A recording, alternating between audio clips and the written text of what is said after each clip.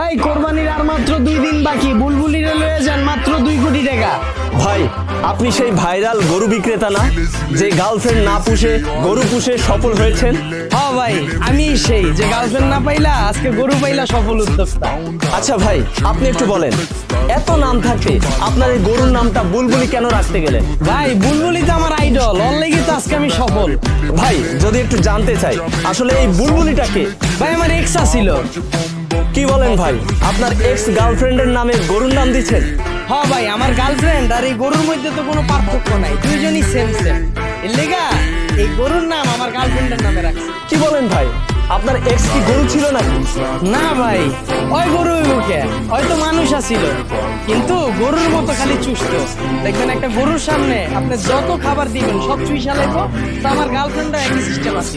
আমার টাকা পয়সা যা ছিল সব চুইসা দিত। 2 দিন পর পর রেস্টুরেন্টে যেত আর আমার 10 লাখ টাকা মেরে খালি চুষতো। পরে চিন্তা করলাম গার্লফ্রেন্ডও চুষে গরুও চুষে, তাহলে দুটাই যেহেতু সেম সেম, তাহলে গার্লফ্রেন্ড না পুষা আমি গরু পুষা শুরু করি, তাইলে আমার লাভ।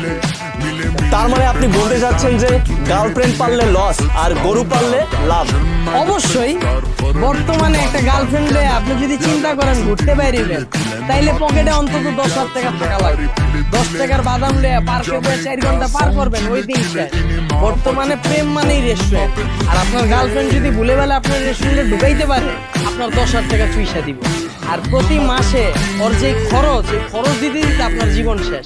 ওর মোবাইলে রিচার্জ করে দিতে হইব, নেট বইরে দিতে হইব, বার্থডে এলে গিফট দিতে হইব, সব মিলে হিসাব করে দেখলাম প্রতি মাসে ওর পিছনে আমার খরচ আছে লাখ টাকা। আর আমার এই গরুটারে দেখেন, ওরে লইয়া যদি আমি কোনো জায়গায় ঘুরতে বাইরে হই, কোনো প্যারা নাই, রাস্তাঘাটে যা ঘাস পাতা পাইবো সব খাওয়া হয়, ওইটা লইয়ে খুশি।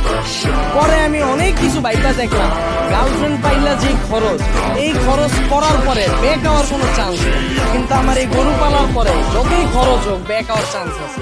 এই যে দেখেন কোরবানির ভিত্তে এই যে আমার বুলবুলিরে 2 কোটি টাকা বেচতাছি, আমার লাভ নাকি লস, আপনি কয়েন?